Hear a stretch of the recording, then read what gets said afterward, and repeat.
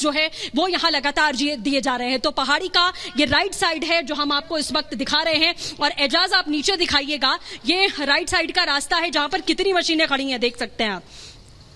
ये JCB machines भी खड़ी हैं, और इसके साथ में जो ड्रिलिंग के लिए, वर्टिकल ड्रिलिंग के लिए मशीन लाई गई थी वो भी आपको यहां पर दिख रही है। ये सीधे ये जो कैमरे में कैद हुई तस्वीर है, ये ड्रिलिंग मशीन की है, जिसे ऊपर पहुंचाना एक बड़ी चुनौती है, जो किस तरीके से उसको यहां पर ऊपर पहुंचाया जाए। इसीलिए ये जो रास्ते हैं वो यहां समतल करने की कोशिश की जा रही है, हटाने की कोशिश की जा रही है, रास्तों को पत्थरों को हटाने की यहां पर कोशिश की जा रही है। तो तस्वीर आपको लगातार दिखा रहे हैं। बिल्कुल सृष्टि, तस्वीरें हम लगातार यहाँ पर देख पा रहे हैं, और अपना भी ख्याल रखिएगा क्योंकि बेहद चुनौतीपूर्ण ये है जिस तरीके से आप वहां पर रिपोर्टिंग कर रही हैं। लेकिन सृष्टि, एक सवाल यहाँ पर ये भी बन जाता है कि जिस तरीके से आप जेसीबी मशीन का जिक्र कर रही हैं वो तो हम देख ही पा रहे हैं, लेकिन और भी कई ऐसी बोरिंग मशीन है जो इस ऑपरेशन में जिनका इस्तेमाल होगा। जिस तरीके का रास्ता है, ऐसे में ये मशीनें ऊपर की तरफ पहुंचेंगी कैसे? प्लस जो मिट्टी है वहां की वो हर जगह एक जैसी नहीं है, कहीं पर बेहद सूखी है तो कहीं पर गीली मिट्टी है, ये भी एक बहुत चैलेंजिंग है।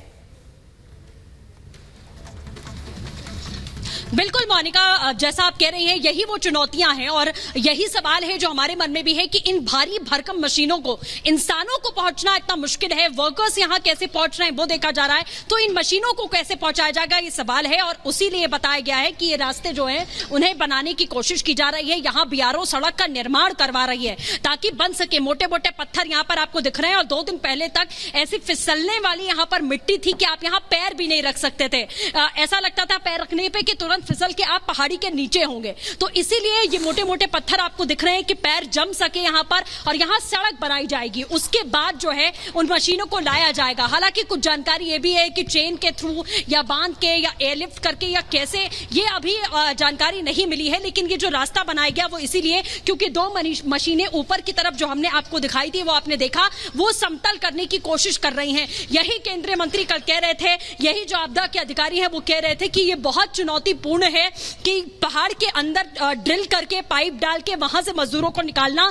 इसीलिए सबसे आसान रास्ता अगर कोई है तो वो ऑगर मशीन का ही है। उसके थ्रू बहुत जल्द से जल्द मजदूरों को बाहर निकाला जा सकता है। अगर वो ऑपरेशन कारगर सफलता के साथ आगे बढ़ गया तो आप समझ लीजिए कि 2 दिन के भीतर मजदूर जो है वो बाहर निकल जाएंगे। ये तो वैकल्पिक रास्ते हैं जो यहाँ पर करने की कोशिश की जा रही है। लेकिन ऑगर मशीन वाला जो नीचे टनल के मुंह से सामने से जो रास्ता जाता है जहां से वो मशीनें लगाई गई हैं, वो दरारें पड़ी हैं, उसे कंक्रीट करके उसे एक बार फिर से मजबूत करके दोबारा से ऑगर मशीन का इस्तेमाल किया जाएगा। फिर देखना होगा कि क्या वो पाइप जो है वो तेजी से अंदर डाली जा सकती है, क्योंकि उसी पाइप के अंदर से जो है वो मजदूर बाहर निकल पाएंगे। और ये बहुत ही सफलता के साथ होगा अगर ऑगर मशीन सही तरीके से काम कर जाती है तो।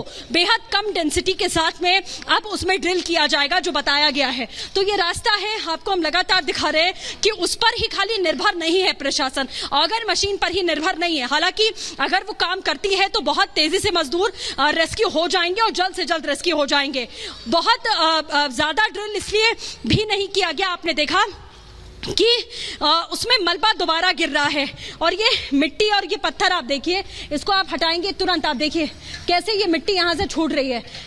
जैसा आपने कहा कि हर जगह की मिट्टी जो है वो अलग है, और ये पत्थर यहाँ पर मोटे हैं और ये हिलते हुए आप देख सकते हैं कि किस तरीके से भर-भरा कर ये गिर रहे हैं। और इसी तरीके दिखाई रही है। इसके साथ ही सृष्टि, हम इस वक्त तस्वीरें देख पा रहे हैं कि किस तरीके से जो तमाम टीमें हैं वो वहां पर मौजूद है, और लगातार जो पूरी प्लानिंग है वो की जा रही है। उस प्लानिंग को कैसे एग्जीक्यूट करना है वो यहाँ पर अनामिका देखिए चर्चा की जा रही है कि जो पूरी प्लानिंग है कैसे एग्जीक्यूट किया जाए ताकि जल्द से जल्द मजदूरों को बाहर निकाला जा सके। तो देखिए किस तरीके से यहाँ पे स्ट्रेटेजी बनाई जा रही है, और हर बीतते दिन के साथ जो चुनौतियां हैं वो बढ़ जा रही है, क्योंकि 9 दिन हो चुके हैं, और 9 दिन बीतने के साथ साथ जो लोग फंसे टनल के अंदर उनको पाइप से ऑक्सीजन, खाने पीने का सामान, कपड़े पहुंचाए जा रहे हैं। लेकिन इस बीच जैसे जैसे दिन आगे बढ़ रहे हैं वैसे वैसे चुनौतियां भी बढ़ रही हैं, क्योंकि एक अब 6 जो पॉइंट्स बनाए गए हैं उस पर कैसे मशीनों को पहुंचाया जाए, कैसे ड्रिल किया जाए, ये भी अपने आप में चुनौती बनी हुई है। इस बीच जो मुश्किलें हैं वो 41 लोगों के परिवारों के सामने भी है, क्योंकि जिनके अपने अंदर फंसे हुए हैं अब वो यहाँ पर